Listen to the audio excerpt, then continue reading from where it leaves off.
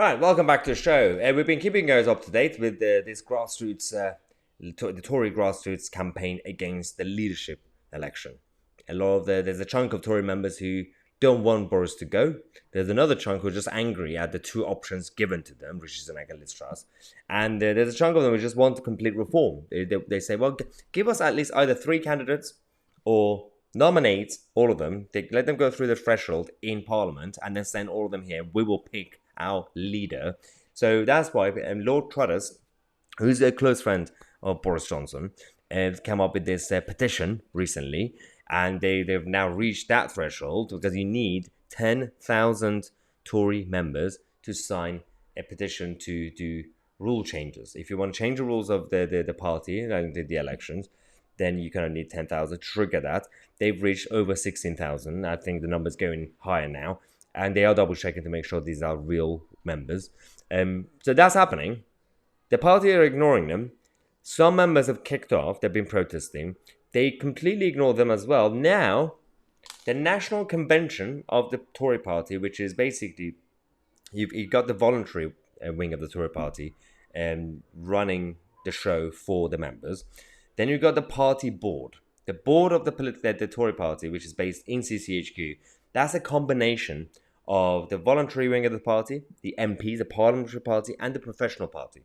So we've got chairmen, party chairmen across the country, dozens of them, who have now kicked off. These are part of the convention of the Tory party, send this letter to the board.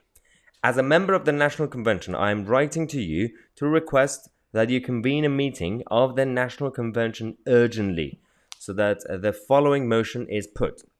The National Convention strongly recommends to the party board of the Conservative and Unionist Party that it rejects the resignation of Boris Johnson as party leader and further requires the Constitutional College to be convened to amend Schedule 2 of the Conservative Party Constitution to require the party leader to automatically be added to the ballot pack sent to the party members as a separate confirmatory ballot for any further leadership contest. So this is happening.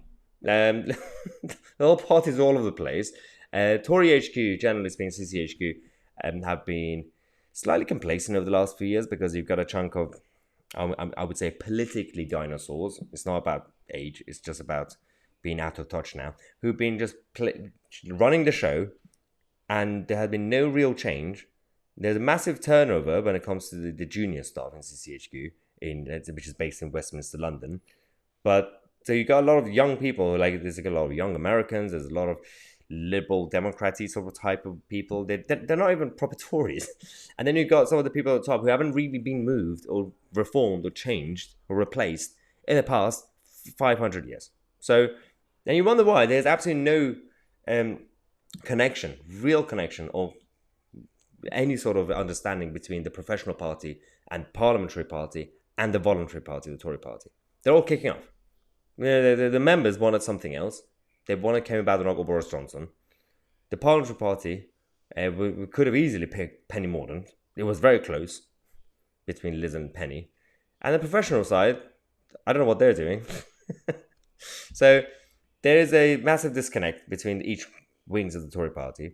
Their big money still obviously plays a massive role when it comes to big donors.